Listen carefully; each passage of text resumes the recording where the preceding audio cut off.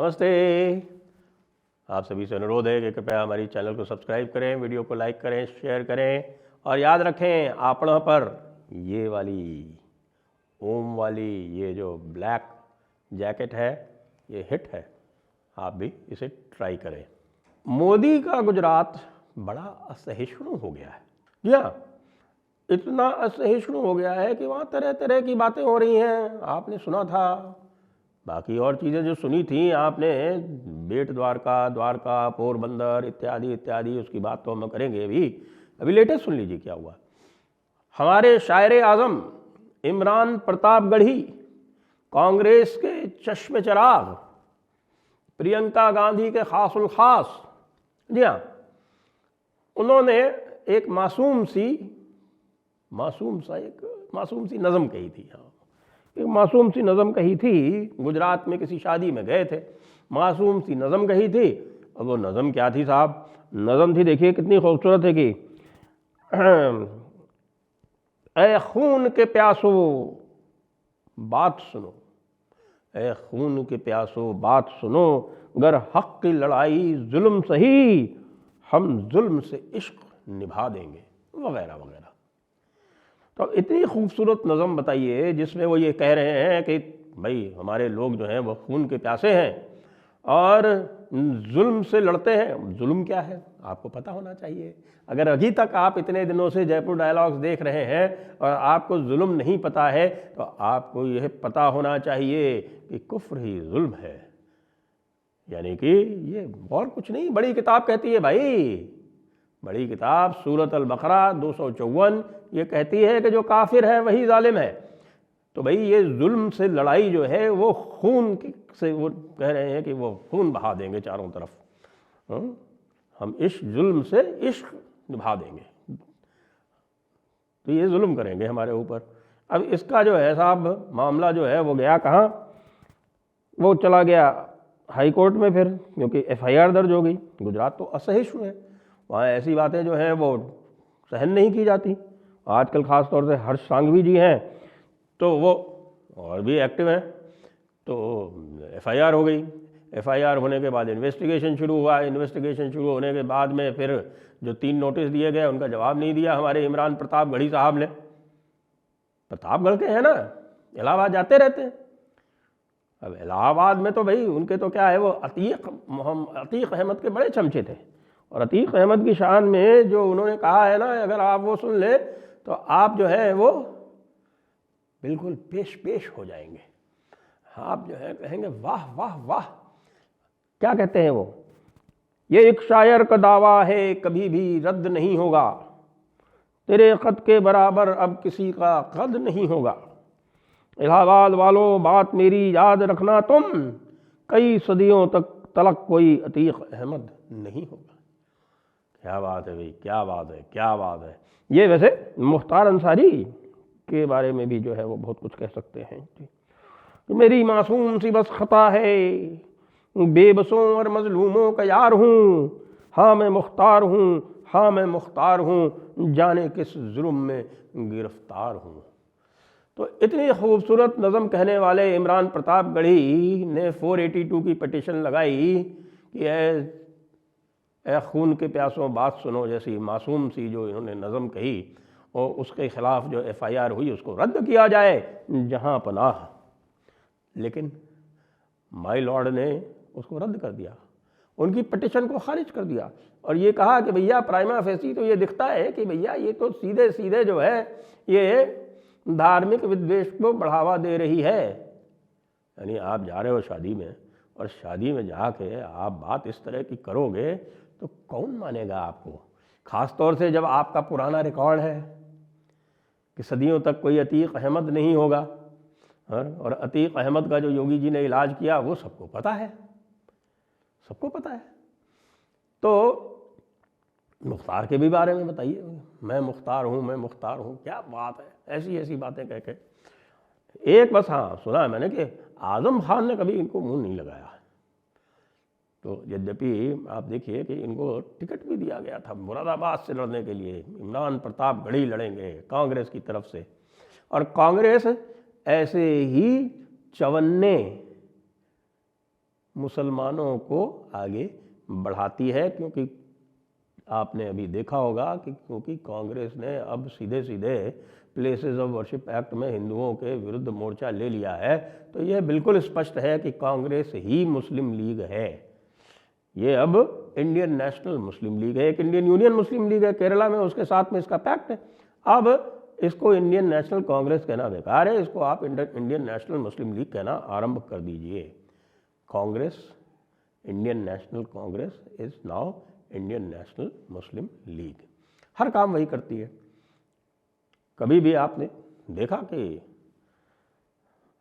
जो बड़े बड़े जो बनते हैं ना, वो दत्तात्रेय गोत्र वाले जो वियतनाम तो चले जाते हैं, लेकिन न अयोध्या राम मंदिर जाते हैं और न महाकुंभ नहाने जाते हैं। भाई अयोध्या राम मंदिर चले जाएंगे तो फिर रोया दुखेगा ना उनकी कम्युनिटी का। आखिरकार तो वो घेंडी है। हालांकि जो उनके परदादा थे उनके यहाँ कभी नहीं आया। परदादा क्या, बल्कि दादा थे। परदादा क्यों, दादा थे उनके जो दादाजी थे उनकी समाधि पर कभी नहीं आए। खैर वो छोड़िए, मैं तो गुजरात की असहिष्णुता की बात कर रहा हूँ कि मोदी के गुजरात में इतनी असहिष्णुता बढ़ गई है कि उनके होम मिनिस्टर जो हैं वो पूरी तरह से उन्होंने 12 मस्जिदें और मज़ारें ढहा दी बेट द्वारका में, और यह तक कहा कि भाई हम भगवान कृष्ण की धरती पर किसी भी प्रकार का अतिक्रमण नहीं होने देंगे। बताइए, यह भी कोई बात है क्या? इसी को सहिष्णुता कहते हैं? यानी कि बड़ी किताब का कोई मतलब ही नहीं रहा। आप जो है वो बड़ी किताब की तनिक भी आप उसका आदर नहीं करते हैं। बड़ी किताब में लिखा हुआ है कि सारी ज़मीन अल्लाह और अल्लाह के बंदों की है। हाँ लिखा हुआ है 7.128, पढ़ लें। मैं कोई गलत नहीं कहता, मैं जो कुछ भी कहता हूँ मैं बिल्कुल ठोक बजा के और प्रमाण के साथ कहता हूँ। आप देख लीजिए सूरत अल आरा। तो वहाँ पर उन्होंने न केवल अन्य अतिक्रमण ध्वस्त किए, कह रहे हैं वो पूरी 1 स्क्वायर किलोमीटर की ज़मीन, 1 किलोमीटर बड़ी 1 किलोमीटर की ज़मीन जो है वो उन्होंने अतिक्रमणों से मुक्त करा ली। 135 से 136 कोई बताते हैं कोई उन्होंने अतिक्रमण ध्वस्त कर दिए। सारे के सारे जो थे वो मजलूमों के थे। मजलूम मतलब प्यारे प्यारे हमारे भाईजान लोग, वो मजलूम ही होते हैं, बाय डेफिनेशन मजलूम होते हैं ना भाई, क्योंकि काफिर तो बाय डेफिनेशन जालिम होता है भाई। अब ये भी तो आपको बताया ना, बड़ी किताब कहती है कि हम और आप जालिम हैं। तो जो मजलूम है उनकी प्रॉपर्टी पर बुलडोज़र चलवा दिए, 135 निर्माण ध्वस्त करवा दिए, जिसमें से 12 मस्जिद और मज़ारें थी। अभी मज़ारों का मामला जो है वो बिल्कुल ही अलग है। इसके पहले भी एक ऑपरेशन हो चुका है, मज़ार ऑपरेशन मज़ार, यही बेट द्वारका में, जहाँ पर बहुत सारी मज़ारों का जब निरीक्षण किया गया और उनको जब हटाया गया और उनके नीचे जब ढूंढा गया तो पता चला कि किसी में कोई दफन नहीं है। यानी भाई साहब, मज़ारों का कार्यक्रम पूरी तरह से कब्जा कार्यक्रम है, पूरी तरह से कब्जा कार्यक्रम है। इसी के साथ साथ बेट द्वारका के पास में एक और कोई छोटा सा द्वीप है बालापुर करके, वहाँ भी ऑपरेशन करवा दिया गया। और दूसरी बात, वहाँ जो मजलूम जो अपने नाव चला के अपना गुजारा किया करते थे, तो वहाँ पर सीधा सीधा पता चलता है कि वहाँ पर एक बड़ा सा बिल्कुल सस्पेंशन ब्रिज बनवा दिया जाता है। सस्पेंशन ब्रिज बनवाने से बेचारे मजलूम नाव वालों की आमदनी चली गई। ये वही मजलूम नाव वाले हैं जिन्होंने हिंदू नाव वालों को मोनोपोली करके पूरी तरह से बेदखल कर दिया था।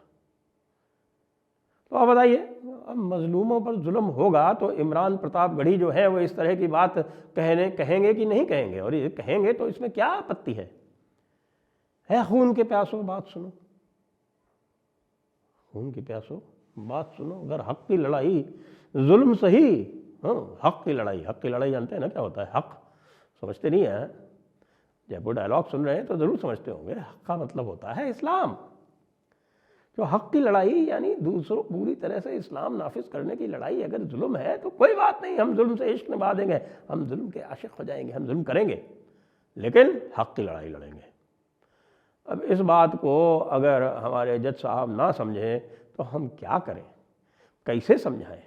अरे भाई, इसके लिए तो पूरा का पूरा जो है ना, ये किसी मदरसे वाले आलिम को बुला के और पूरे के पूरे जितने भी हमारे जुडिशरी वाले हैं उनको सबको समझाना पड़ेगा। अब देखिए ना, हमारा जो है ये कौन सा एक चिड़ियाघर का भालू, अब चिड़ियाघर के भालू ने ऐसा मामला चलाया है कि उसको भी बेचारे को मजलूम मान बैठे हैं हमारे जज साहब, जो है एक खास जज साहब हैं जिन्होंने पहले किसी ज़माने में योगी सरकार के विरुद्ध जो है तरह तरह की टिप्पणियां की थी।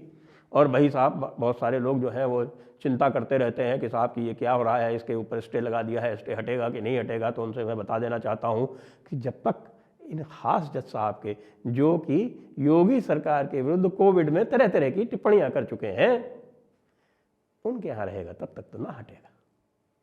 ये जान ले, ये मजलूमों की लड़ाई है भाई, ये सब बेचारे मजलूम हैं। ये जो आपके इजराइल में जाके 1200 लोगों की हत्या कर आए और 300 को बंधक बना लिए, इन्होंने इसीलिए किया, क्यों? क्योंकि वो डरे हुए हैं, मजलूम हैं। आपको पता नहीं क्या कहा था हजरत मोहानी ने जब 10,000 लोगों की हत्या हो गई थी मालाबार में, मोपल्ला राइट्स, ध्यान करें 1921 की बात है। तब उन्होंने कहा कि साहब कि वो जो है वो इसलिए उन्होंने हिंदुओं पर हमला किया क्योंकि वो डरे हुए थे। तो भाई, ये डरा हुआ इंसान इमरान प्रतापगढ़ी, ये डरे हुए मज़ार पे कब्जा करने वाले, इन सब डरे हुए लोगों का आखिरकार कौन मुहाफिज होगा? सोचिए, क्या हमें और आपको इनके लिए आवाज़ नहीं उठानी चाहिए? अरे बिल्कुल, हमको उठानी चाहिए, बिल्कुल बाआवाज़ बुलंद उठानी चाहिए। नहीं तो फिर इमरान प्रतापगढ़ी की ऐसी तैसी करनी चाहिए। जय हिंद, जय भारत, वंदे मातरम।